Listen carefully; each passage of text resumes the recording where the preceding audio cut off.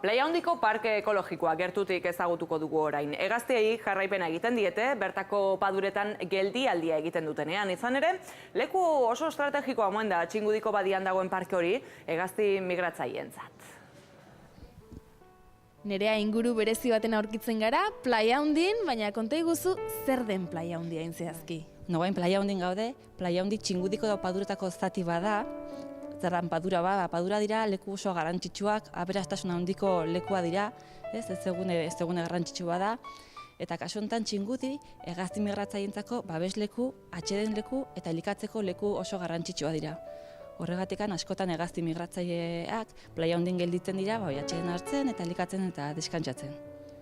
Hemen argi eta garbi ikusten da, ezta? Hegaztiek egiten duten ibilbidea Afrikatik Europara datozenak. Bai, dauzkagu Europan badira 3 migrazio bide garrantzitsu eta hoitako bat ekialde Atlantikoko migrazio bidea Euskal Herritik pasatzen da. Orokorrean Euskal Herri osoa oso garrantzitsua da hegazti hauentzako. Bai? Kasu honetan Txingudin gaude, esan dugun bezala babesleku eta atseden-leku bikaina da, eta hemendikan pasatzen dira hegazti guzti hauek eta hemen gelditzen zaizkigu.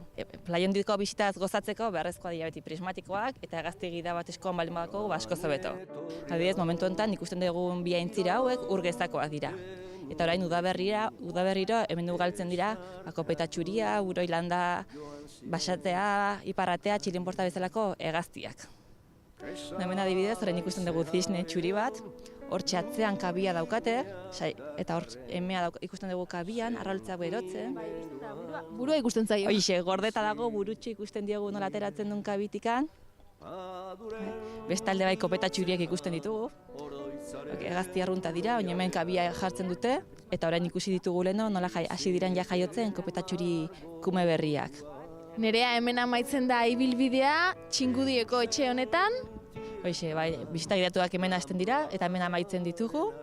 Eta bisita gidatuak esan, egunero eskintzen ditugula, goizteko 10etan egiten dira beti, goizteko ordua politxena dalako hegaztiak ikusteko, ordu beteko iraupena izaten dute, eta publiko orokorra zuzenduta daude, bai gazteak, bai helduak, denontzako, orduan animatu jendea, gerturatzea Txingudiko padurak ezautzea, oso ekosistema berezia dalako, aberatsa eta askotan ezezaguna.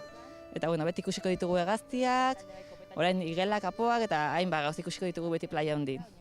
Nereak esan bezala, badakizu animatu Playa Handiko parke honetara, benetan zoragarria, ikusgarria eta gainera asko ikasten delako. Irundik Nerea alias.